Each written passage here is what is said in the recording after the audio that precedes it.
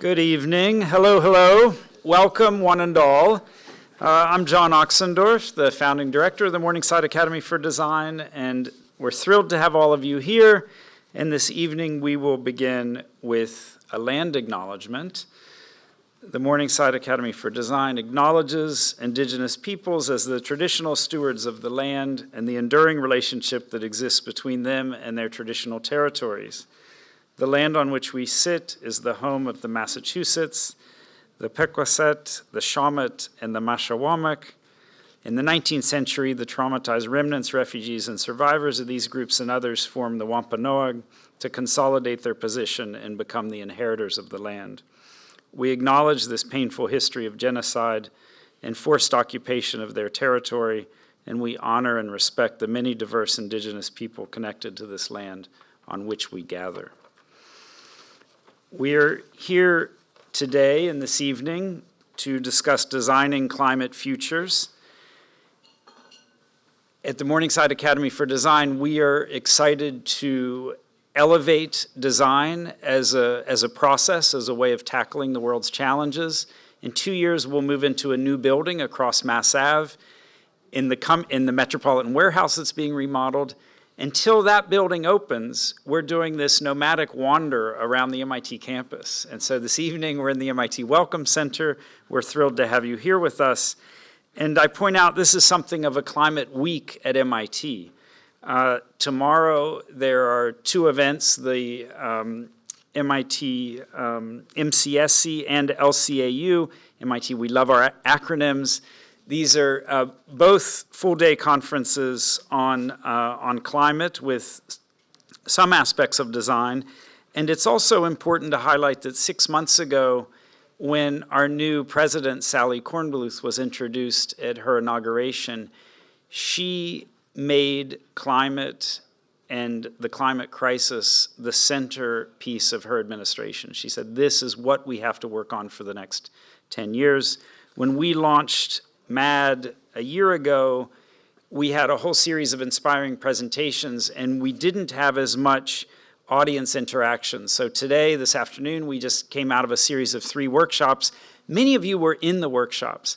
How were the workshops? Good, right? Okay, could we just have a round of applause for the workshop facilitators, organizers? They were on preserving, producing, and engaging, and we'll hear a little bit more about them in our panel this evening. Before we jump right in, I also want to thank the entire MAD team here, and in particular, Marion Cunningham, Adelaide Zollinger, Roy Salguero Barrio, and Jen Spungen, and many others. We have a whole team here, so please join me in thanking the whole team that put on the event.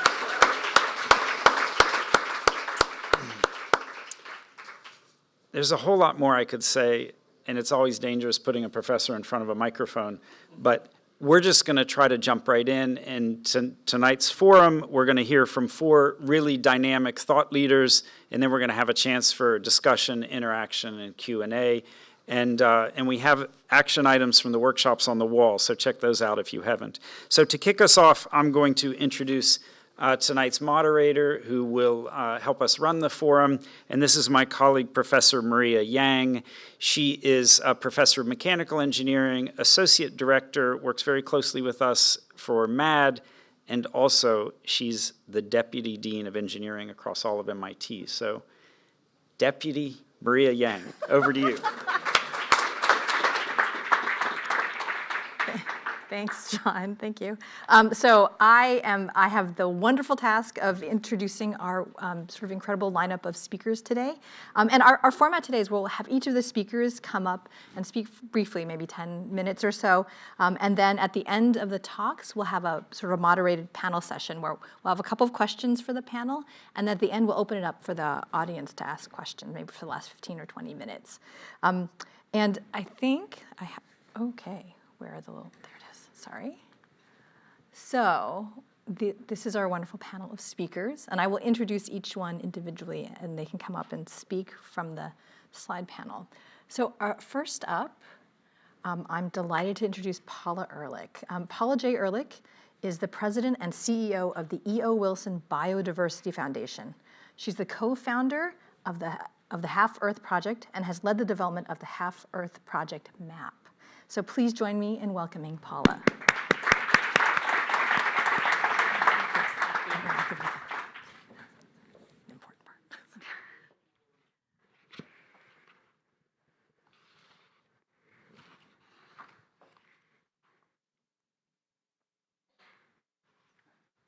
In 2016, E.O. Wilson wrote a book called Half Earth.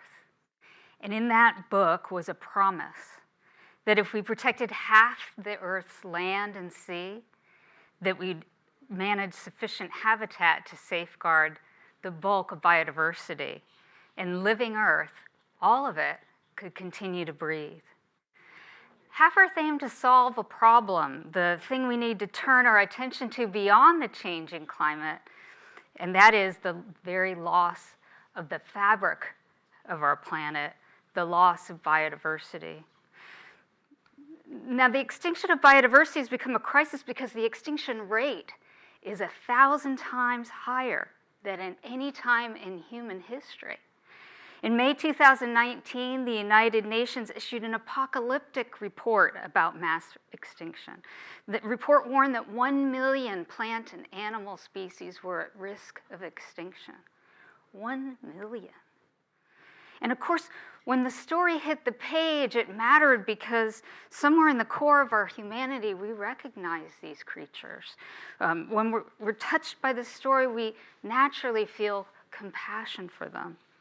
These big, inconceivable numbers also grabbed our attention because they matter even more personally. They matter because the species of our planet don't exist in isolation. If we lose species, we lose ecosystems, the intricate web of life that sustains nature and sustains us as part of nature. When the author Sam Anderson wrote about the last 2 northern white rhinos in the New York Times, he drove this home. He said, a rhino's not just a rhino. It's a load-bearing strand in an elaborate ecological web. A rhino's not just part of the world, it is a world. It mows and plows fields. Its dung feeds colonies of insects, and birds come to feed on the insects, and other predators come to catch the birds. An ecosystem of its own. And we too are part of that web. And sooner or later, our strand will be cut. A more complete understanding of all the species of our planet, a more complete understanding of their locations and interconnections, allows us to avoid this mistake.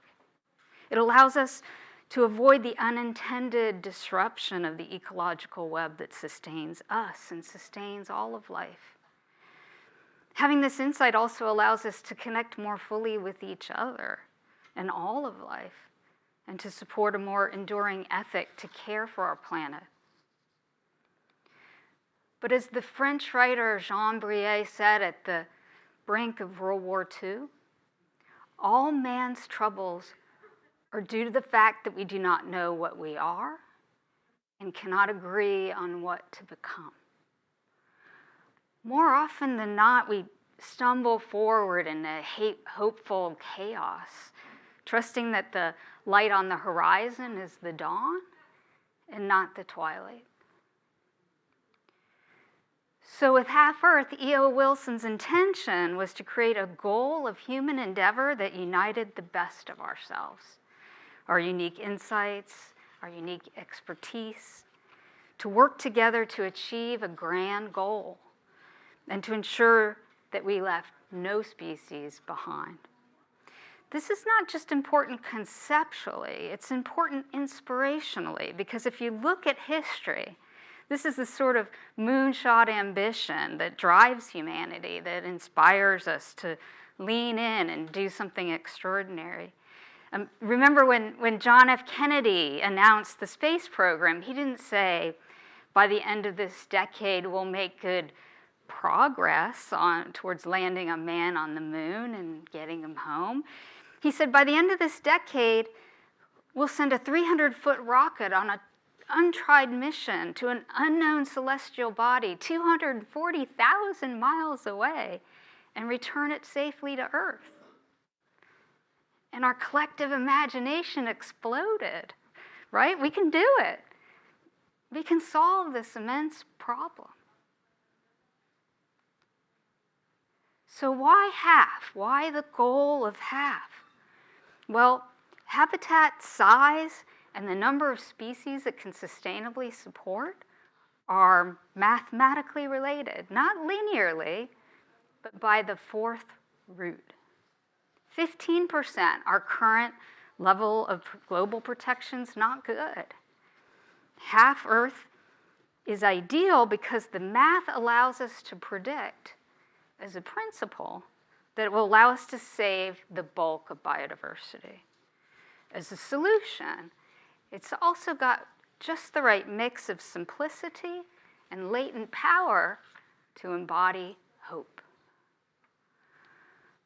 But not all places are equally effective at protecting biodiversity. Each species has its own important place in the world that we need to keep in mind.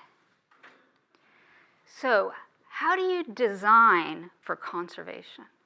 And how do you do that at a scale that's relevant locally while also addressing global conservation goals? Well, in the same way that a surgeon can't do surgery without an intimate knowledge of anatomy and physiology, knowing every single species, their location, is fundamental to the way that we can be proper stewards of our planet. Every single one. Having this knowledge will inevitably transform our human understanding and allow us to reimagine how to care for our planet.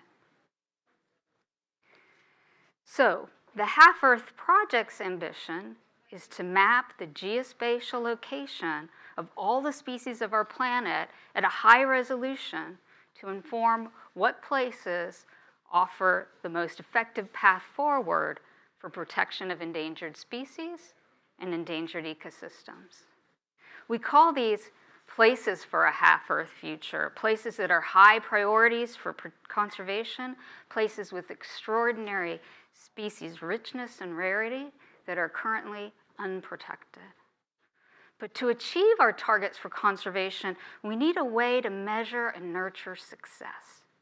We need a way of understanding how well we're doing in protecting nature as we conserve places. A way of ensuring that the lives of people connected to those places, the places that they call home, will be empowered through the information that we share. To help identify these places, our teams developed what we call a Species Protection Index, an SPI, which is like a FICA score for biodiversity, and which has been adopted recently by the Convention on Biological Diversity. Right now, you can go to the Half-Earth Project map and see an SPI national report card for the protected places of every nation. You can get a score from 0 to 100, depending upon how many species groups are protected in your country and how they contribute globally to overall species protection. And this makes a difference. For example, both Chile and Mongolia have protected about 20% of their countries. And Chile's SPI is 39, which is about the average score for countries around the world. And Chile's conservation efforts have biodiversity outcomes commensurate with the aerial additions that they're making, which is great. But Mongolia has embraced spatial conservation planning to achieve better biodiversity representation in its protected areas, and it has an SPI of 81. By selecting additional conservation areas carefully, Mongolia has done a fabulous job of efficiently and effectively protecting the species of their place, and in turn has made a fabulous contribution to global species protection. So what do places need to do to raise their SPI and better protect the species of their place? Well, the Half-Earth Project also shows where to go next. places for a half-Earth future, with the possible configuration of additional areas that should be protected as priorities for conservation in order to achieve the best outcomes for biodiversity globally. The map also offers a glimpse into where there are opportunities for carbon co-benefits. The Half-Earth Project Map combines all this information with layers of information about current conservation efforts and human activities. You can spend a lot of time looking around, and in 4 different languages currently. The Half-Earth Project Map democratizes this information for every country, gives everyone the power, the information they need to know what to do, where. As we continue to build this out, we aim to engage not just decision makers, but people everywhere to imagine together what this could look like and how they can participate through their lives and their careers as stewards of our home, our planet. As E.O. Wilson said, we will be wise to listen carefully to the heart, then act with rational intention and all the tools we can gather and bring to bear. We stand on the shoulders of giants. And from that perch, in this moment, we have our fingertips on geospatial information that allows us to see farther and more clearly than we have ever before about what we need to do to best care for our planet.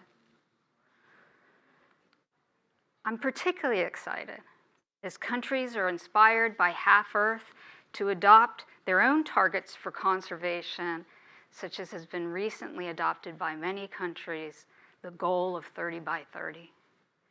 I'm excited that they now have the opportunity to use this kind of information to know what to do where and reimagine the way that we care for our planet.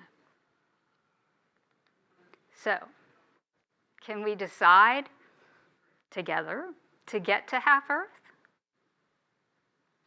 Well, of course we can, if we want to, right? And living Earth, all of it, can continue to breathe. Thank you.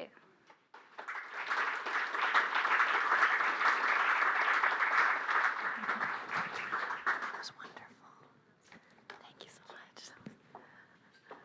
Thank you so much, Paula, for that inspiring and also hopeful talk. Such a great message for everyone. I'm going to sort of keep things moving, and I'm going to welcome Benjamin Bratton to the stage. Benjamin Bratton is Benjamin Bratton is the director of the Antikythera Program at the Berggruen Institute and former director of the Terra-Forming program at Strelka Institute for Media Arts and Design. Bratton's current work focuses on the potential of planetary computation to tackle planetary-scale problems. Please let's welcome Benjamin to the stage.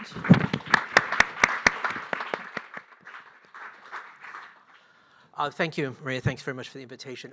My talk's going to be a little bit different in that instead of going through a really wonderful project in detail, I'm going to go through a bit about a design program that I run and how it works to generate lots of projects that may have a certain kind of force multiplier effect. I'm also not going to talk about my work, but just to give you a little bit of background. As mentioned, a lot of my work is on the political philosophy of planetary-scale computation, a book called The Stack that came out at MIT. I did a book on the pandemic. I've got a book coming out later this year on the history of AI in China. But what I really want to start with is this book, The Terra-Forming, which came with a design program attached to it. Part of the argument is that, technically speaking, we don't want to stop climate change exactly. We need to alter planetary geochemistry in such a way to change it. And this is a huge change of the climate. It's not a policy, it's not a project, it's a terraforming scale initiative. But in this case, the terraforming is not one of Mars. The project is to terraform the Earth's cities, technologies, and ecosystems so that it may be capable of supporting Earth-like life. Part of the entry points we have into this is an understanding that the most viable responses to anthropogenic climate change will need to be equally anthropogenic. So the program that we put together originally at Strelka was quite interdisciplinary. Computer scientists, engineers, sci-fi writers, artists, cultural theorists, drawn on faculty from many from MIT, some even in this room. And we worked for periods of in 5-month cycles, generating a lot of projects. I'll show you very, very quickly some stills from these. Bear in mind that what I'm showing you are stills from videos. The way in which we would develop the project is usually in the form of about a 20-minute video, all of which adds up to its own potential Netflix series, I suppose. Bury the Sky was a project around direct air carbon capture in the basalt flats of Siberia. And looking at the existing carbon conveyance infrastructure of Russia as a way in which to try to do this at scale. Green Military New Deal was a project that looked at the role of the military as a public institution in the realization of Green New Deal goals. Cosmos Law was a project looking at the precedence of space law. One of the issues, of course, around climate governance is what does planetary jurisdiction mean? Space law happens to be an interesting way in which we see a planetary scale jurisdiction. This project laid out a number of different scenarios by which this may work out in interesting ways. Black Almanac was a project that took on planetary food systems, something we just spent some time discussing earlier in the day, beginning with the artificialization of energy from the beginning of agriculture to the present. The project makes an argument, indeed, for the embracing of the artificialization going forward. And in tribute to E.O. Wilson was a book that was actually on the Half-Earth was on our reading list. We also did a Half-Earth project called Veha, which was a project for rewilding corridors throughout the Eurasian subcontinent. So over that period of the 5.5 years of the program, we developed a number of projects. Two of the key ideas I want to leave you with around this is one is sort of starting with the idea that architecture as a form of design has benefited from a kind of experimental studio culture in which the inquiry was not just about building buildings in the immediate sense, but also really getting to the sort of first principles of what it is, how design could be articulated through this.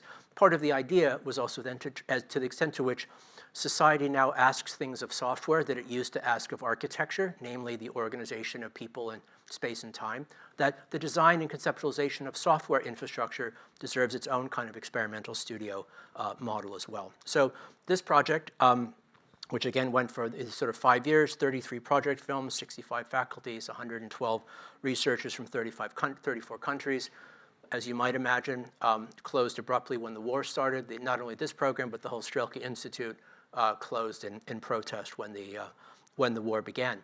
So beginning anew, we focused again on this question of computation and the role of computation as a planetary technology, both in terms of what it can do, but also the ways in which computational infrastructures allow us to understand the world in ways in which would otherwise be impossible. That's the program I currently direct called Antikythera. It is, this is from our website, you can go to antikythera.org. It is named, as you suspect, after the Antikythera mechanism, the proverbial first computer. From ancient Greece, one of the things we liked about this was that the Antikythera mechanism was not just a calculative device, it was also an astronomical device. And so the use of the device was a way in which intelligence was able to orient itself in relationship to its planetary condition. This is a lovely beginning point for really what computation should mean. Now, to the forward, we also start with what does computation have to do with climate change? Well, let's not forget that the very idea of climate change itself is an epistemological accomplishment of planetary computation. Without the satellites and sensors, and most importantly, supercomputing simulations of climatic past, present, and futures, the notion of climate change and Anthropocene as we know it doesn't exist. So our program is a design program. It's also a philosophy of technology program, but it's a bit odd in that sense. That is, we don't start with the philosophy and then try to project it upon the technology, rather the other way around. We start with the direct encounter with the technology and generate the philosophy from there.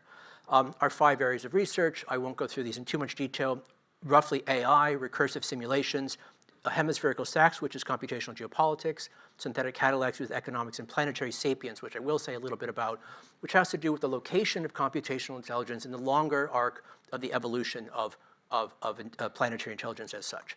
A little bit about our method. Again, it's faculty from all over the world, from our finest institutions. We did a 5-month studio this summer, starting in February, where we took a gazillion applicants. We picked 12 people. Built the studio primarily based at the Bradbury Building, downtown LA, where Blade Runner was shot, very, very dramatic. And we basically, it was a sort of 24/7 kind of studio, very interdisciplinary, very generative, cycling between seminar and studio types of formats extremely quickly. There's our friend Nicholas giving his thumbs up to the work. We also generated a huge number of projects, some of which I'll show you stills from the films very quickly here as well. One of which we did, which was very fun, we were interested in the computational, geopolitical futures of computation, US-China chip wars, kinds of things. We went to Beijing. We're based at the Berggruen Institute as our primary funder, has a center at Beida, Peking University. For a week, we worked with some of the top Chinese science fiction writers to develop scenarios for how it is that these futures may play out, which I think was going to be a book actually from MIT Press coming out as well. On climate, we did a project called Whole Earth Codec, which was looking at the development of a strongly multimodal compression-decompression mechanism, a codec, that would takes in ecological information and data from a number of different sources and can output them in a number of different ways. Again, these are stills from the rather lovely video about this, all, of course, based on this sort of the self-attention dynamic of transformer models. This is the project we're continuing with DeepMind this summer. Project on simulations, on planetary simulations. Of course, climate science is all about simulations. Here we're looking at the phenomenon of what we call counter simulations, how it is that one geopolitical entity will not only simulate the world, but also simulate its adversary. Counter simulations is when you, in essence, spoil the data in some sort of way in which the adversary's counter simulation, the simulation of you, doesn't quite work out. And it is this dynamic of simulation, counter simulation that became the whole area of the research that we did. It's a fascinating film. On economics, we did a project called Autocatallaxy, which was looking at the impact of AI will have on price. What kinds of things need to be priced, don't need to be priced, how it is that price functions as an information technology, and the capacities of AI to sense and model information in different kinds of ways will have different, obviously, tumultuous effects. On AI, one we call HAID, Human AI Interaction Design, is looking at the shift from HCI to HAI-ID. And the primary shift here is one of the HCI is based on spatial metaphors. HAID is based on psychosocial metaphors. This is a fundamental shift in dynamics. I had some lovely conversations with some new friends over at Media Lab this afternoon on very similar work that they were doing. On science, we did 2 projects, one called End of Science, which is looking at the impacts of AI on scientific epistemology and some of the ways in which new kinds of epistemic overhangs and underhangs have developed. On the regionalization, also kind of connected to the half-Earth, the impact of the ways in which a kind of regional planning school has developed around building of the stack. We looked at the TSMC's plant in Arizona. Xenoplex is a cinematic essay on different theories of abiogenesis, which we did with a number of astrobiologists and astrophysicists, looking at different kind of experimental methods by which these could be tested. And then lastly, Vivarium is another simulation and AI project looking at toy worlds and the ways in which AIs are trained in toy worlds and the ways in which the sim-to-real gap might be blended in different ways. What we built is essentially a platform of lots of different toy worlds that are interoperable with one another. And so as you train your AI in one, this becomes learning in another, and allows for a kind of matrix of one person, many AIs, one person, many people, many AIs in different ways as well. This is, again, one we're picking up with DeepMind. We also, as you surmise, make lots of films. These are really scenarios. They're not pitches. And in doing so, we use the cinematic techniques as a way of kind of building these worlds.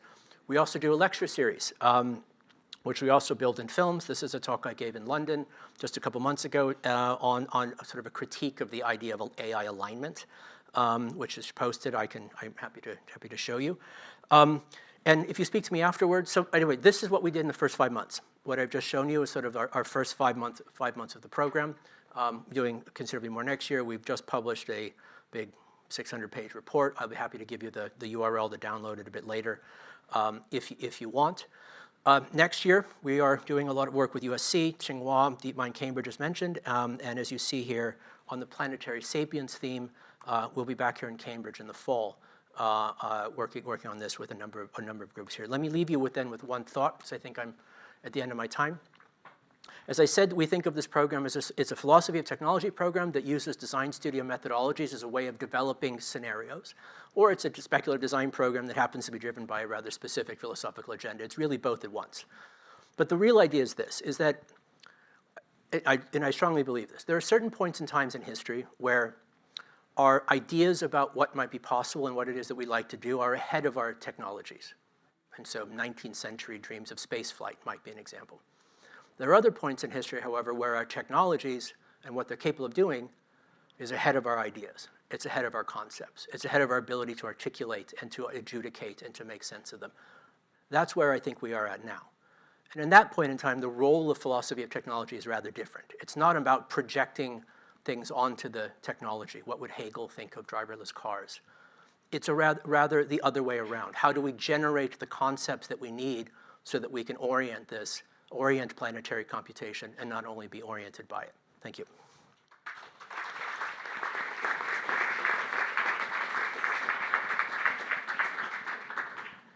Thanks so much, Benjamin. That was intense. I learned a great deal, so very inspiring.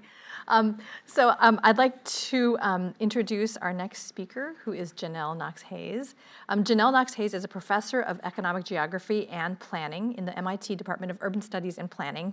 Her research focuses on the ways in which social and environmental systems are governed under changing temporal and spatial scales as a consequence of globalization.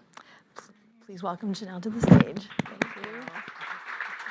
All right, so I'm not technically a designer. I'll just give that caveat, but very pleased to be able to join this distinguished group. And I'm a social scientist. I'm going to talk a little bit around social science and social application for climate change. And I really would just want to highlight one of the things that we've recently done at MIT. And so it's this idea of one of the ways in which we need more equitable response to climate solutions is the engagement of a range of different stakeholders. And so this is something like institutions like MIT do very well in different sectors, but it's very segmented. And so we have a range of different climate-related institutions, the Environmental Solutions Initiative, the MIT Climate and Sustainability Consortium, we have JWAFS, JPAL, even maybe the Morningside Academy could be considered as one of these new institutions that's thinking about implications for climate change, and they tend to be focused on very different sectors. MIT is working with corporations. We have groups like CoLab that are very much focused on communities. And so our hypothesis is what we need for climate change is some capacity to bring all of these together. The solutions have to begin from the standpoint of local intervention, local action, and they have to bridge this divide between communities, academia, the government, and industry, and bring all of the players together. So the way we're trying to do this at MIT is by building something akin to a climate community collaborative.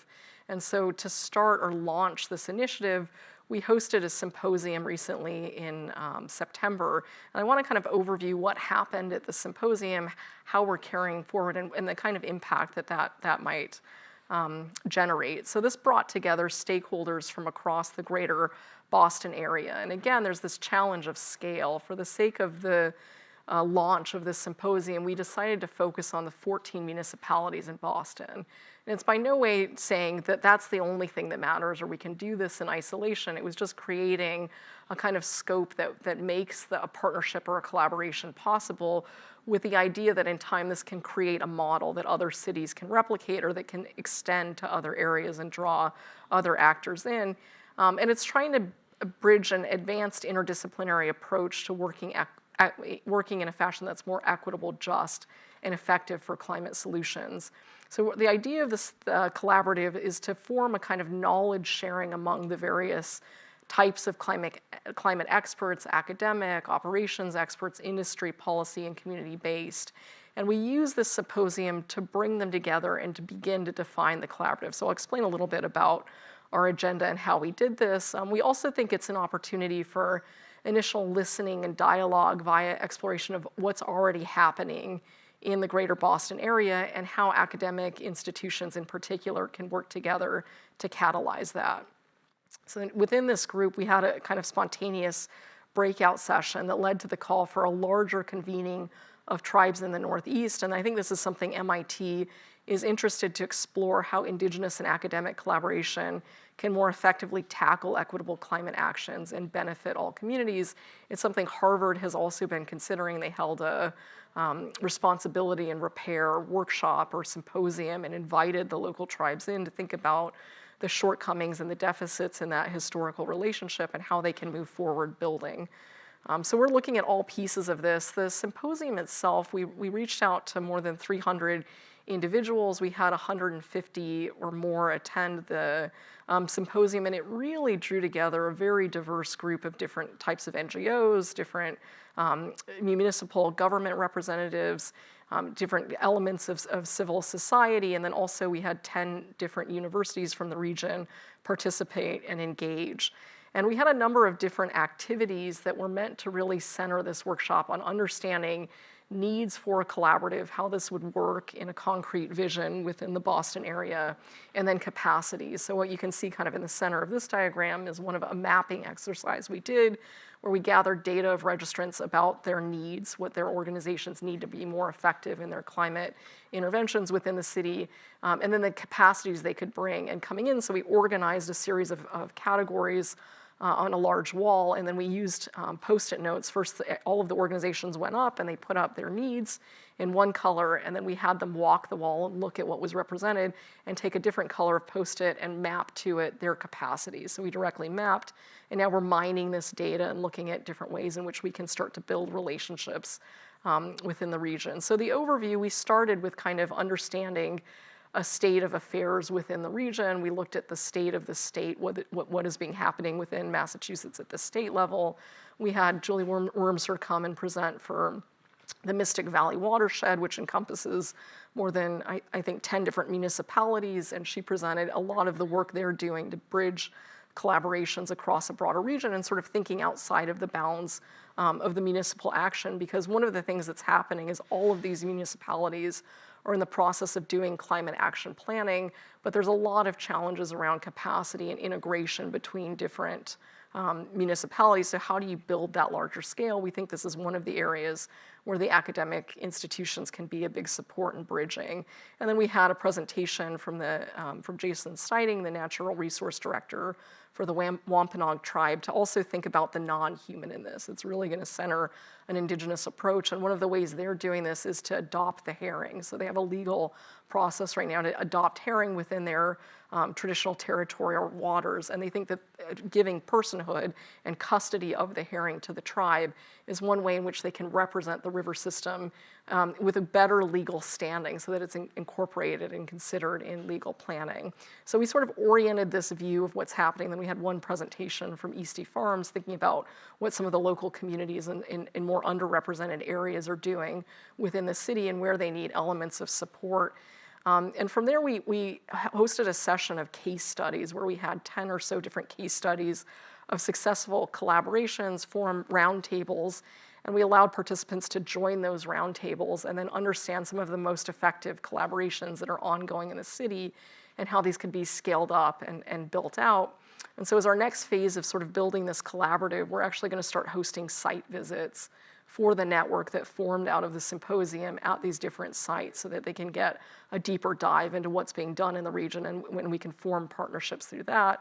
As I mentioned, we did this mapping exercise of our needs and capacities to understand generatively what's required for collaboration to be more successful. And one of the things that the communities really brought forward was this idea. It's prevalent in the scholarship of indigenous authors like Kyle White, the idea that we're tackling climate change as though it were a purely technical solution. So a lot of this is thinking about carbon reduction or net zero targets or building new infrastructure.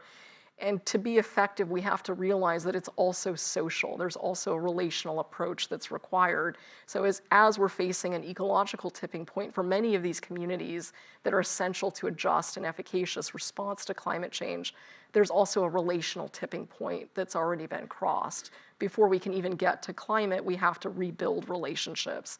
And for a lot of the indigenous communities, that's an underlying thread that kind of follows their engagement or their work with these possibilities. And what, beyond the ethics of why this matters, they're still major landholders. We're not going to be able to do land use planning without engaging the indigenous communities. We also looked at the ways in which we can scale funding opportunities, and some of those at the workshop presented very successful models of how they're doing this. This was a part of a presentation by Phil Thompson and Liz Reynolds, who are working with the MIT nucleus, and they're basically creating programs for grant writers in the classroom and sending them out to underserved communities across the country to help deploy some of the funding that's coming from the IRA and BIL. We looked at the role of higher education, and this is kind of our idea of the heart of the collaborative. And this was thinking about both what a number of different institutions like Tufts and Roxbury Community College, Northeastern, et cetera, are doing in response to climate change, but then also thinking about how we start to build partnerships together, how we synergize these activities, form something of an academic core, and then bring in and bridge the other dimensions across sectors from that standpoint. So our next steps, we sent out a follow-up survey.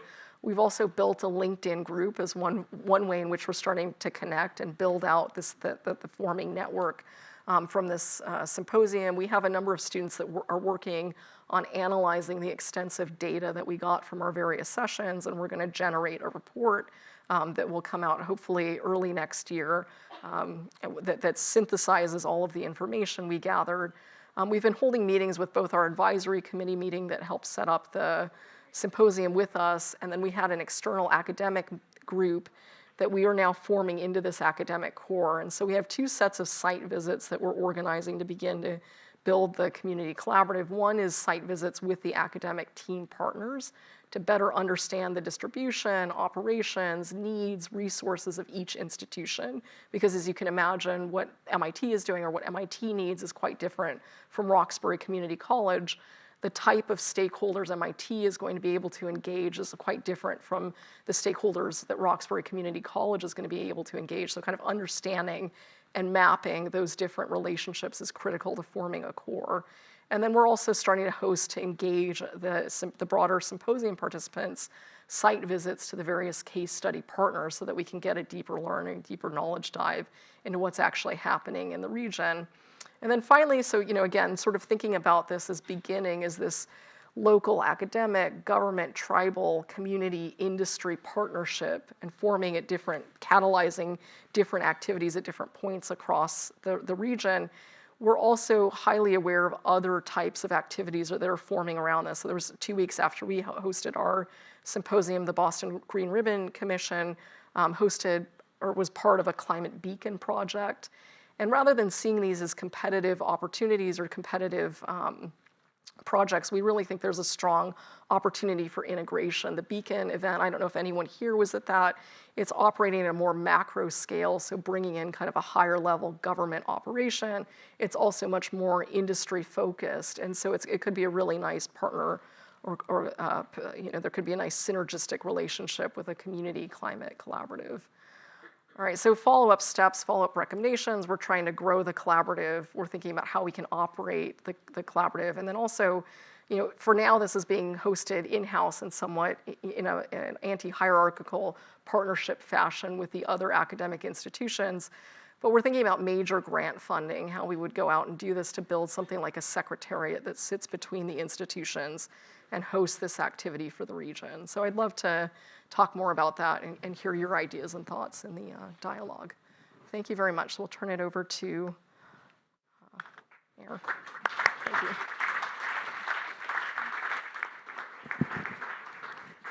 Thanks so much, Janelle. That was such important work that you're doing and exciting. And you've queued us up perfectly. So I'm going to introduce Air Muir. Air Muir is the founder of Clover Food Lab, a vegetarian restaurant chain that works with local providers to reduce the CO2 footprint of the food industry. Welcome, Air. Thank you.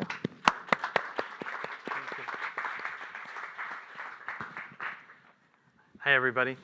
I think I feel well, hopefully I have something to contribute here. I guess MIT, men and manus, right? Like, some very cerebral topics we're just going through, and I'm going to bring us down to like food that we touch with our hands. I'm the founder of Clover Food Lab, and Clover is, as mentioned, we're a restaurant chain. We're just here in the Boston area, hoping to be many places someday. But right now we operate 15 restaurants in this region. And I'll share something with you. Not everybody knows the name Clover Food Lab, where that comes from. First, I wanted to call the company Clover, so the idea I came up with. And we were, at the very beginning, facing the problem, which is I didn't think this would work. I was trying to figure out how could we make some food that people who love eating meat would dream about and come back for and walk past their favorite, Chipotle or Chick-fil-A or whatever to come eat with us. And I didn't know, I thought it was worth trying. I didn't think it would work. So Clover really started with sort of a design problem. And I think, as any good design approach, I tried to make our test as cheap as possible, which is why we started a food truck here on the MIT campus. And we were afraid at that point, food trucks, there's a little history, but it's sort of interesting since we're at MIT. And Carleton Street isn't really a street anymore, but that's where our truck started. And it's like right, I don't know if I'm pointing the right direction, but it's like very close to here. And trucks had like a bad reputation at that time. And I wanted to open the restaurant and call it Clover. I was like, what do we call this truck? We don't want to call it the same thing. People might not want to come to the restaurant. That was like the mindset. And I was like, well, we're at MIT. Maybe we call it like the lab that we run for a few months and then open the real restaurant. And we have some name that carries over. And we actually tried to make that transition. We tried to stop using the name Food Lab, and we like changed our website, and I had business cards back then, and like we changed everything to just Clover Fast Food. And 3 years later, I was looking at like Google search results, and like 60% of the organic search was for Clover Food Lab, not Clover Restaurants or Clover Fast Food. So we're like, somehow that name stuck with people. But I think that people do ask today, who are not familiar with Clover, like what's the Food Lab part? And I think it was a name we chose early on, but symbolically, it's meant to be inclusive. Like you are all the lab, because I think for us, we're trying to design a food system that's going to get us better results, and we need collaboration and cooperation to get there. So really, like everything we're doing well at Clover right now can be traced back to some customer giving us indirect or direct feedback and engagement that we've had from a broader community. So I'll get through some of these slides. I think I already talked about that. This slide is just to make a very simple point, which I think at this point most people here may understand, but I can't say this often enough, because even if we understand our minds, I still don't think this is like lodged itself in people's hearts and worldview.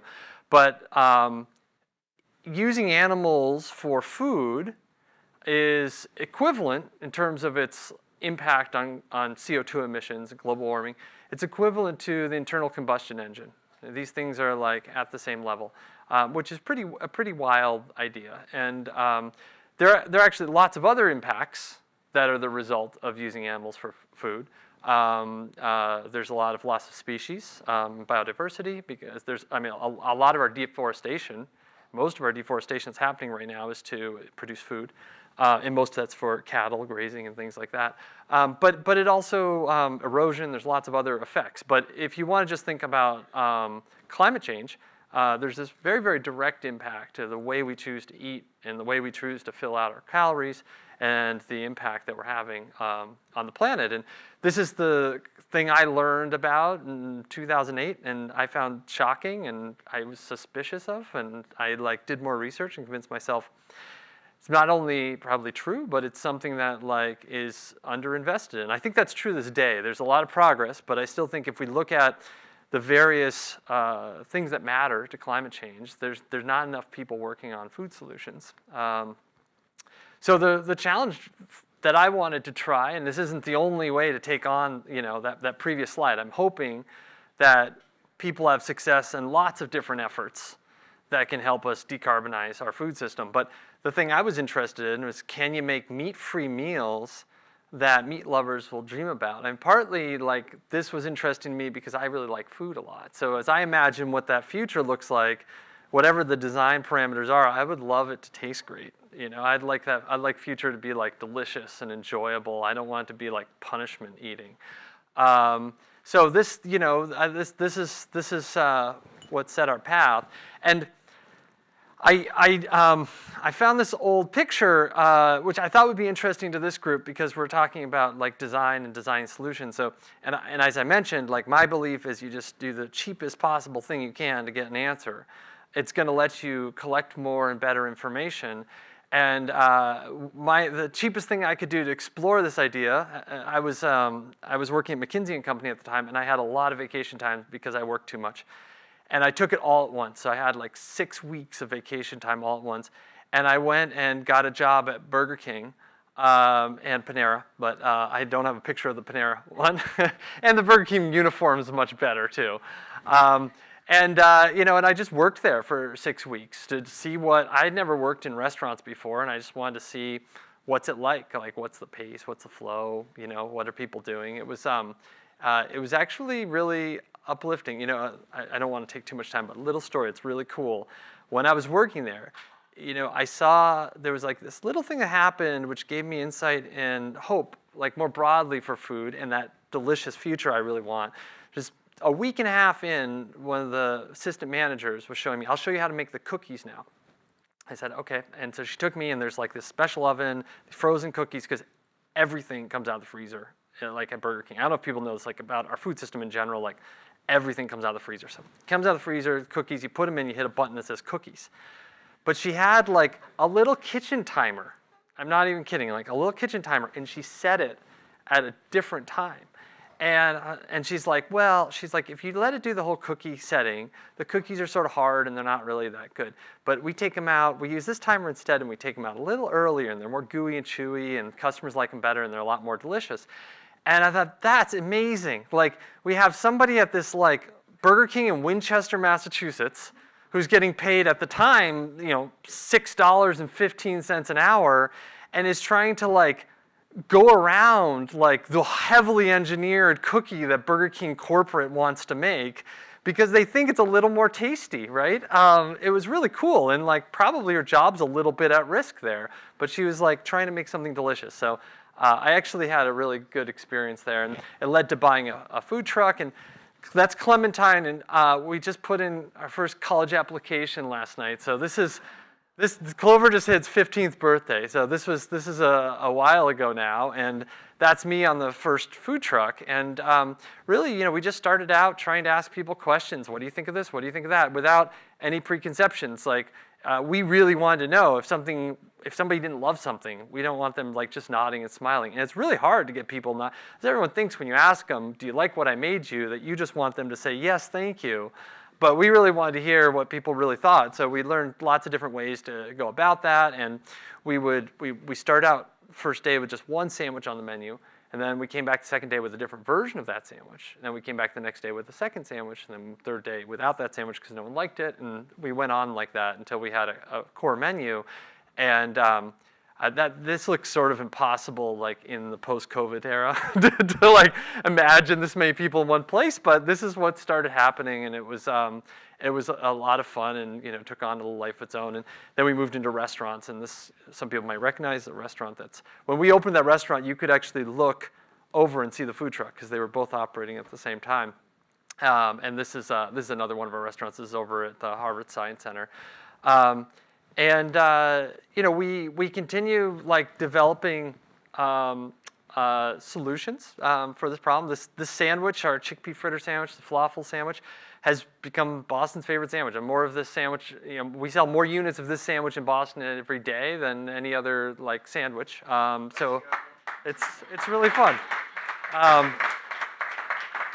And you know, it's delicious, but it happens to be vegan, which is really awesome. A quick plug, you know, I know we're probably getting a little tight on time, but a quick plug for the Brussels sprout sandwich, which just hit. I don't know if anybody's had this sandwich before, but this is one of my favorites, and it's you know, it's a fun example of what we're able to do, because I think that like the future I envision is like people get more and more excited about vegetables. And growing up, like I love Brussels sprouts. I was a weird kid, but I was like in a cultural environment where people made fun of Brussels sprouts all the time. And it always made me a little bit sad to hear people say bad things about them, and I would sort of be quiet about how much I like Brussels sprouts. And then, you know, a few years ago, I developed the sandwich as like an ode to the Brussels sprout with the hope I could get lots and lots of other Brussels sprout lovers out there. And the neat thing about this is just launched last week on our menu, just timing-wise. It happens to be this Brussels sprout season. You have to wait until it's cold at night and a little bit warmer in the day. When this sandwich is on our menu, which is like 5-6 weeks a year, this is the best-selling sandwich we sell, period. So this outsells the chickpea fritter sandwich. It's like, it is our best-selling sandwich we ever have, which is really neat. Now, we don't sell it all year long, but it's really, you know, it's an exciting thing that if you find the right quality of ingredient and you treat it in the right way, you can like change people's perceptions. So that's all I have to say, you know, really thankful to be invited and part of this, and I'm so happy so many people are thinking about designing solutions for the climate. I mean, this is really an amazing thing. I think we could go back in time only a decade and we wouldn't find like so much energy, you know, and so much effort against such an important problem. So it's really awesome to see, and really thankful for everybody being here.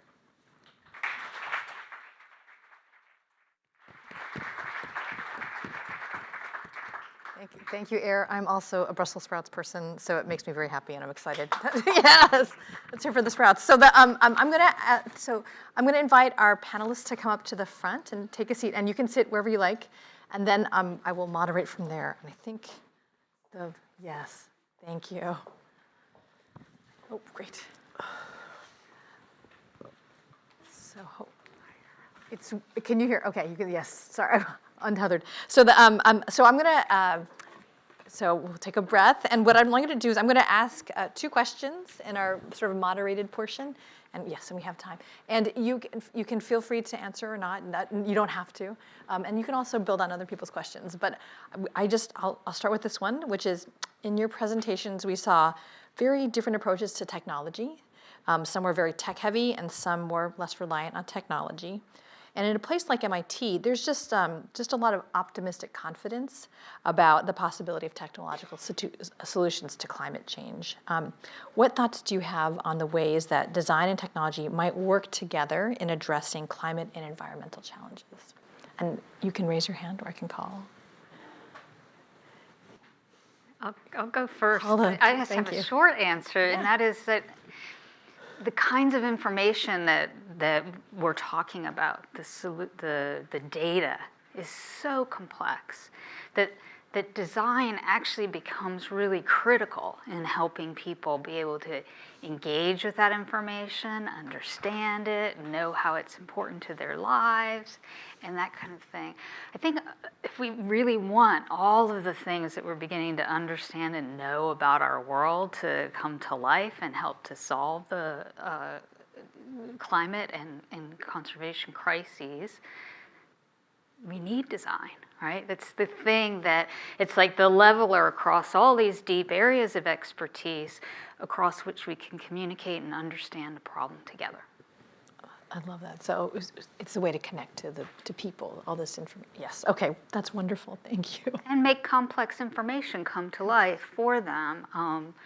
And even across our areas of expertise, engineering, scientists, that we together, by using design, can help to understand what information's there, and then help others to engage in what to do. I love that. Yeah, building on what Paula says, I wonder if, I mean, everything's being designed, right? It's a question of who's designing and how intentionally and to what parameters. Speaking of food, like the food system we have right now, which we're like all becoming more aware of a lot of the negative outcomes, it was designed like for very specific purposes, which is achieved really, really well. Like, you know, food's never been cheaper, you know, it's very efficient, and we get incredible variety. So there are design parameters that were at place, but maybe there are some other things we're missing, and maybe not everybody was involved. And I think sort of linking that with technology, there's not a realistic food future in which we go back to how people ate in the 1800s, right? I mean, it's if you could want that or not want it, it's just not going to happen. It's not realistic. So I think that we have to, I think where technology can come in is like, as we imagine what kind of future we want and try and start designing solutions to it, like we actually have the ability to build something that's, much better and takes advantage of like where we are in time and what we know. And instead of being nostalgic and thinking back to a time that doesn't really exist anymore. You mean in terms of production methods, or? I think broadly, I've spent the most time thinking about this for food. I would suspect it applies to other climate solutions as well. I mean, if you could say, like before the internal combustion engine, we weren't belching out all the CO2, but like, is that a realistic way to think about a solution to climate? Is like no internal combustion engine immediately? Probably not. So maybe we work within what we have and work for substitutes and other things like that. I think for food, this is just very much true. I mean, people used to eat in a very different way. It didn't have a lot of the negative outcomes that food system does today. But as we think forward, I don't think the solutions are going to be trying to replicate some past food ways. I think instead it's how do you use everything we've developed, all this cool technology and new technologies that are around the corner, and use them to build to new design parameters that make a better food future, right? Move forward. I strongly agree with this as well. I think particularly for food, but really in obviously many kind of climate initiatives, the pastoral imaginary may do more harm than good in a certain way. I guess for me, it's not so much about optimism than it is about realism, in both senses, both in terms of pragmatism, but also in terms of understanding the world as it is and reorienting ourselves. Accordingly to that. Just to piggyback on what you said as well, I don't really see it as sort of socio-cultural dynamics versus socio-technical, versus technical dynamics. Like the technical is always socio-technical already, and the social is also always socio-technical at the same time. You can't really separate them in different kinds of ways. But I'm just to be the technology guy, to make the, to be the lawyer on behalf of technology, I suppose.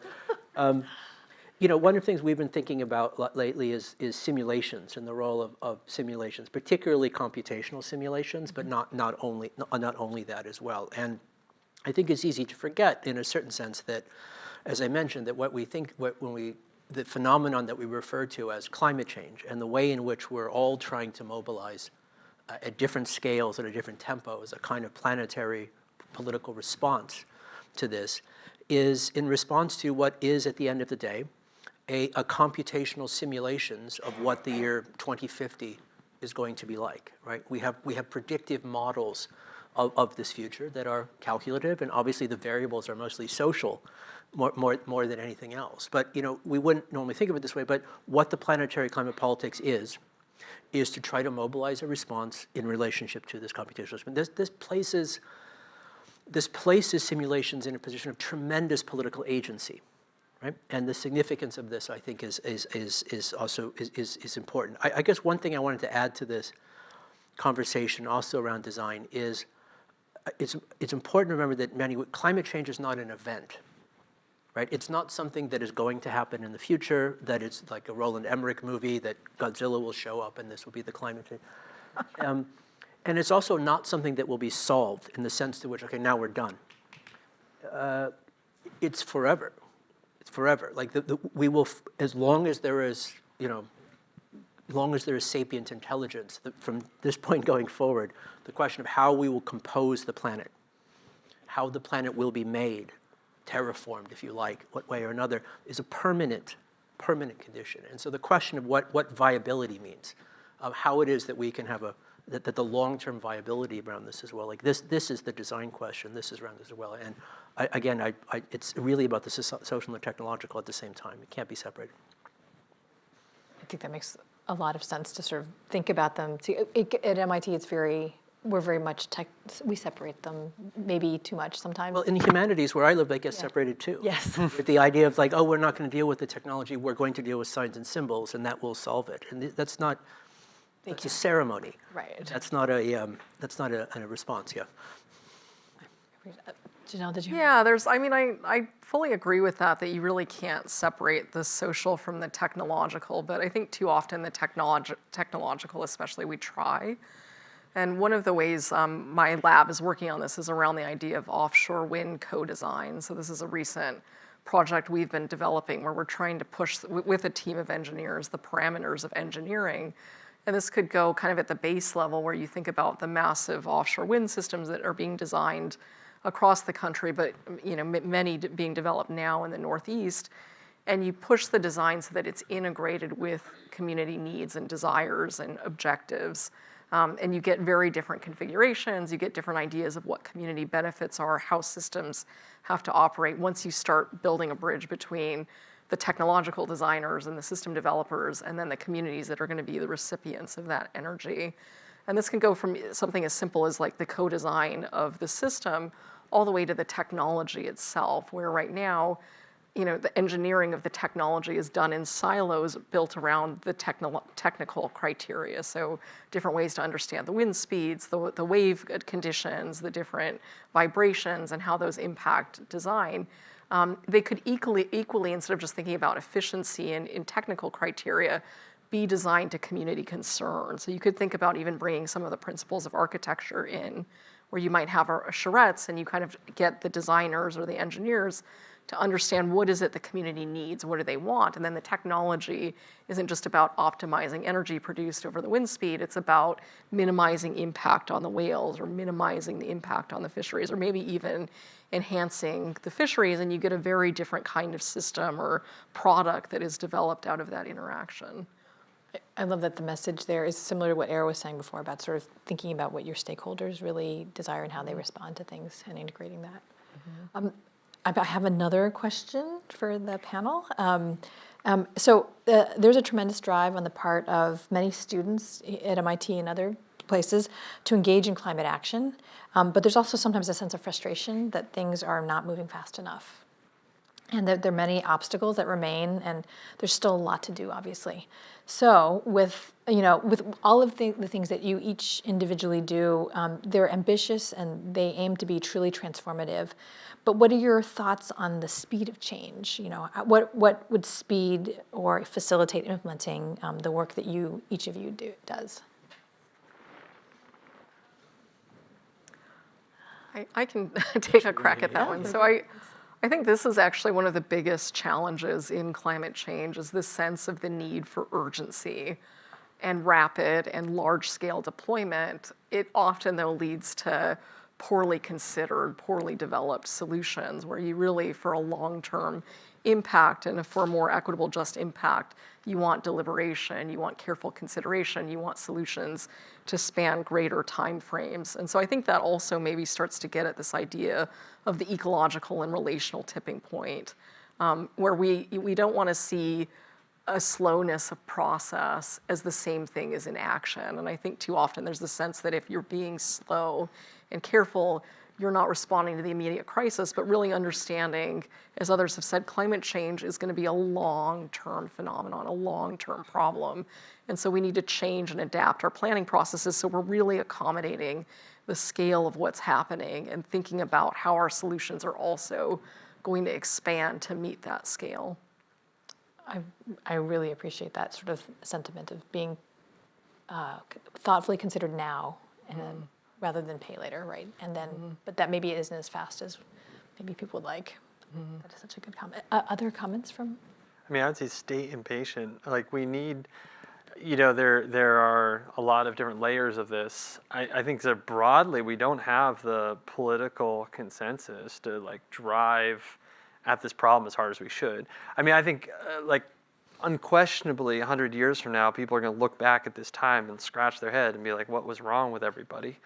And I think some people are looking at this. So I think that the impatience is great, and put it into action and, try to use that energy to build more awareness and get more people focused on what we need to do. I think at the same time, there's a lot of optimism I'll share, because Clover just turned 15, so that's a lot of years I've been working on this. It's so much has happened over that time. We're like, I think that there are looking around right now. We're right in the MIT as an institution is focused on climate change. We were so far from that. Like back, 15 years ago, it wouldn't be something I would even really conceive of as realistic or an expectation. Where we have like lots of capital being directed toward companies that are trying to come up with very serious climate solutions. That was not the case even 5 years ago or 7 years ago. So there are a lot of bright points too. I think that it's great for people to stay impatient. I think the comments that some of these things are going to take a while is probably important too. But there's also a reason for a lot of optimism. There's maybe not, we haven't made the progress we need to, but there is a lot of movement. We're not standing still. I think we're progressing toward solutions. Yeah, I strongly agree with this point. In a certain sense, there's I guess there's sort of two ways of thinking about it. On the one hand, I think there's a clear sense that there needs to be enough rapid change that the possibility of long-term change is possible. And so that we can change it fast enough so that those plans can make themselves through. But the deeper significance, I think, of the conceptual realization of Anthropocene, if you want to call it this, has to do with an elongation of the time scales in which we understand that we're really operating in. And so, to your question about the students, I suppose like what I often will tell them is it's like whatever you do, whatever you work on, you're working on a climate change project. Like there is going to have some kind of ecological and climate significance and impact and reverberation. It's not a category of a type of project. It's a fundamental foundation by which any of the kinds of initiatives will work themselves out. But a really more direct, fair answer to your question is some of the things that I always will tell the students is adaptation is just as important as mitigation in the long run, and it's particularly in terms of the socio-technical systems and dealing with this as well, in this sense, and backwards compatibility. That the most likely, the solutions or interventions that are most likely to have the biggest impact are ones that are able to work with systems that they exist now and are able to reduce the opportunity cost of transition in one way or another. Third, if what you're working on isn't cheap enough to work in India and China, it's not cheap enough, right? It has to sort of work from a kind of really a bottom-up kind of way. Anyway, these are some of the things that you definitely will have to work. Well, and I agree. Motivating students to feel like what they're doing in the world is going to make a difference, that their unique passion or peculiar way of looking at things or understanding things in the world is critical, right, to being able to move these things forward. And when you talk about the impatience, the need for speed, for me, from the world of conservation, we've been caring for a while and earnestly putting out fires here and there, that the key to motivating speed or moving more quickly to a problem to a way of solving this problem is maybe no surprise, for us to have a goal. For us to be able to have something we're looking at together, we want to achieve, that we can work together on. And I think that in some sense is the key, so that as we convene to solve a problem like this, that we each feel like in whatever ways we're working, we're able to work together to achieve that goal. I'm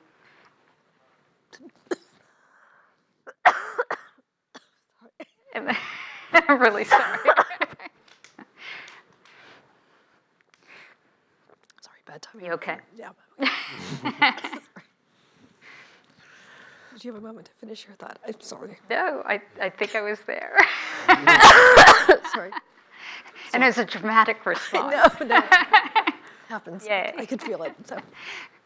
So we don't have a whole lot of time left, but I do want to have an opportunity for people to ask questions. I'm okay. So if people would like to raise your hands, we actually have runners with microphones who can come to you and take your questions.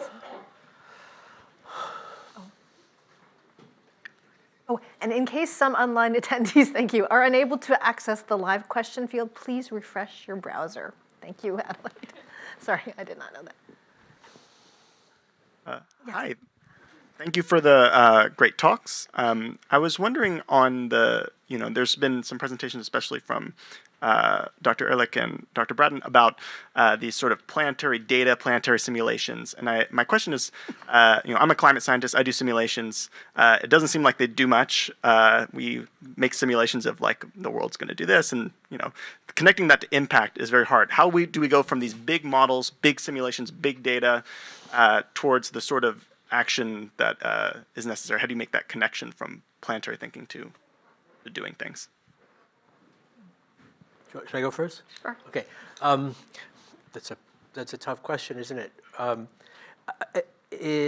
think the way in which we sort of theorize or sort of think about it is that relationship between the predictive simulation and the way it might influence the present, like a prediction of the future in a way that might influence the present. There's certain ways in which this might be, directly recursive or merely reflexive.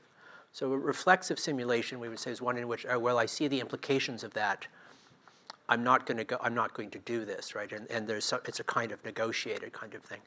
A recursive simulation is one in which maybe a bit more like an actuarial table in insurance, where like there's a predictive model of the way in which the future is going to work, and because of the transformation in that predictive model, this directly reprices, let's say, or directly acts back upon the present. Financial simulations do this all the time.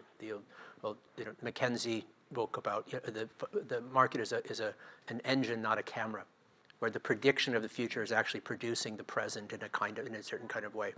So, in an abstract level, we need to think of both. We need to think of ways in which there's a reflexivity about, well, here's 2050, and here's the interesting thing with this, if we were having this discussion 25 years ago, we might be talking about the future as something to be achieved. If we do all this, we'll achieve the future. Now we talk about the future as something to be prevented. The future must be prevented. That's a different kind. That involves a different kind of reaction to this. So, as I said, on a reflexive level, it has to do with the building of a planetary politics. Ecosystems are planetary by their nature. And arguably the future of politics is the future of climate governance. It's climate governance, the same thing. And the other is, a bit dicier, but interesting. Like, how is it that climate simulations and models of planetary systems might directly and even automatically, cybernetically, affect the things that they're modeling in a kind of direct incursion? What are the infrastructures for that? Carbon pricing is a certain kind of way of thinking about that. In other words, some aspects of it have to do with implications. Some of it has to do with direct instrumentality. Well, I think you're asking the question, right? But for all of this work we're doing to try to understand our world better and provide information and data to guide what we need to do to care for our planet, driving that information to action is the key thing we need to do next.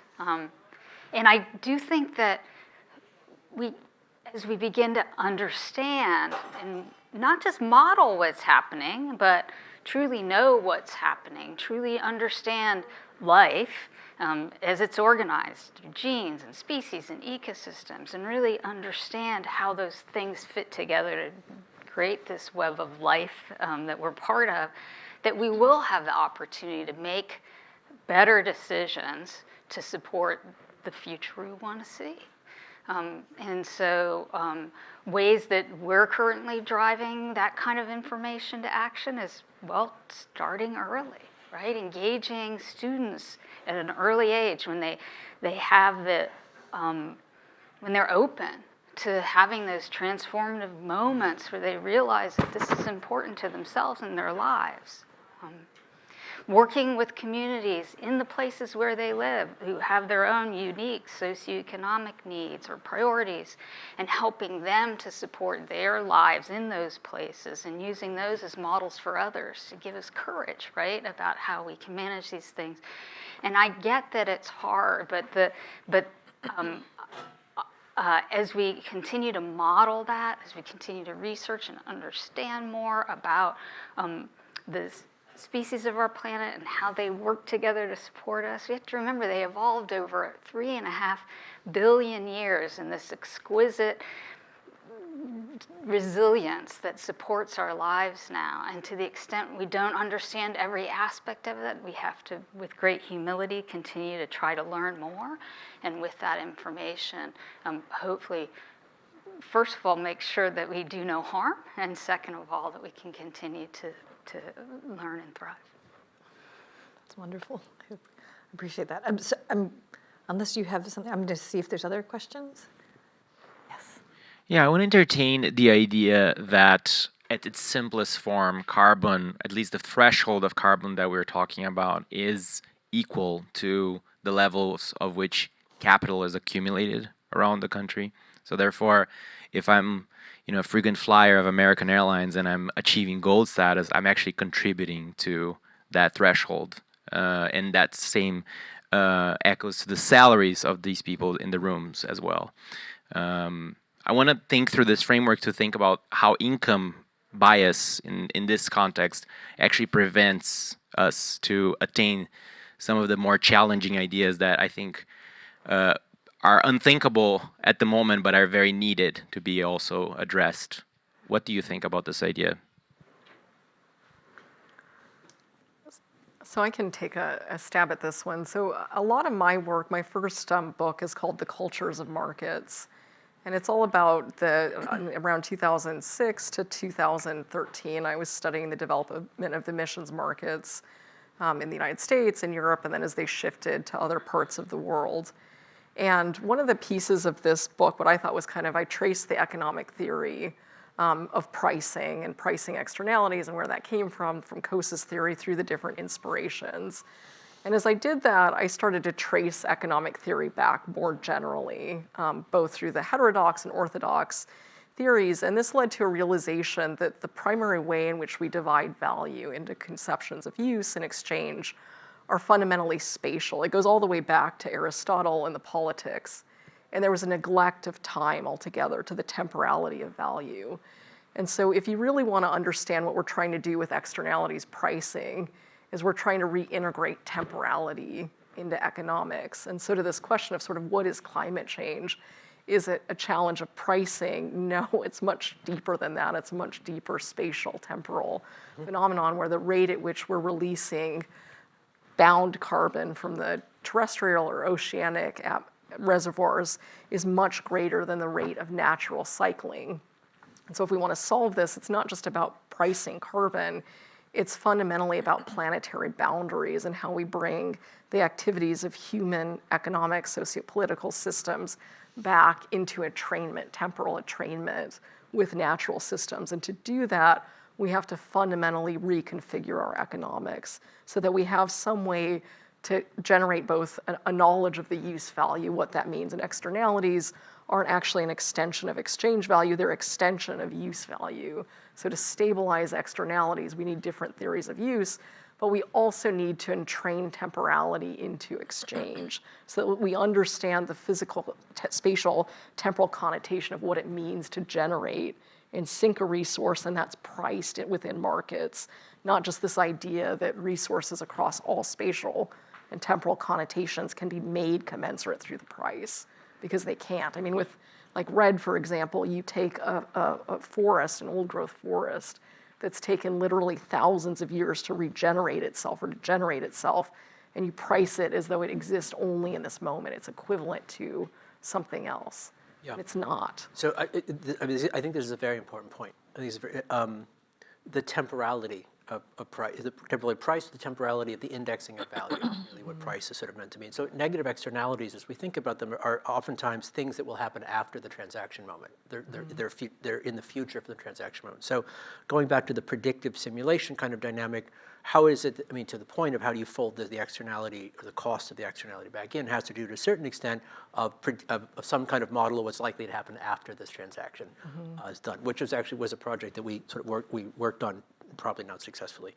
But to Matt's point, more specifically, I think, I mean, this correlation between capital and carbon is clear, and I mean, because both of them have a kind of energy equivalence to them, of capital to energy and energy to carbon. And so part of the answer is like, well, how do you decouple the value from the energy in such a way that you actually are able to produce or protect and preserve value without the energy expenditure on the one hand. But in terms of the bias issue here as well, I think it's well stated that, I mean, in high energy societies like ours, it's easy to say, well, if we just use less energy and there's a kind of voluntary asceticism that this will sort of get us there. In low energy societies, which is most of the world, that's not viable.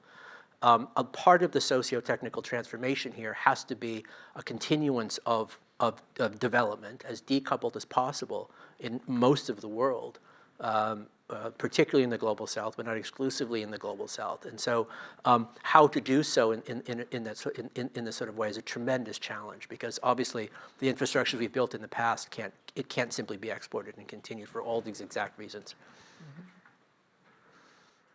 I think we have a question from Zoom world. A question from the webcast, and this is for Dr. Ehrlich. Is conservation a hopeless effort if demand for products from destructive industries like animal agriculture isn't reduced drastically? Does conserving one area simply shift destruction to another? No.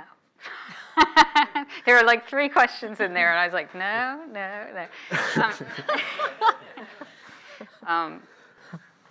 I'm an optimist, obviously, and I do think where we are earnestly working to try to conserve more areas, it's not just to the exclusion of everything else we need to do to support life. We need to look at all of those layers of information, population, agriculture, alternative energy. That's another way that we'll be in future using more and more land for the minerals and other things associated with those technologies. So it's not that that one's more important than the other, I don't think. It's that we need to actually do the hard work of pulling together all of that information and understanding what's where and what our priorities are and how we can best support all of life in these places. But I appreciate the question, because there is no real black and white answer, except to the extent that we acknowledge that it's hard. But by understanding understanding more deeply what's needed to support and sustain our livelihoods in these places, that we can come up with ways of supporting them. So I know we have more questions, but I actually, for the sake of time, we're going to wrap things up. And before I bring John back up to close things off, I do want to give our panelists a round of applause.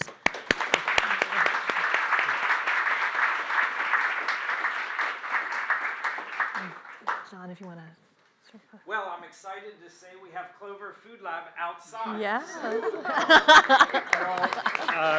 Please join me at the reception outside, where we have Clover Food. And for those of you in the online audience, please get back to Cambridge soon and enjoy Clover.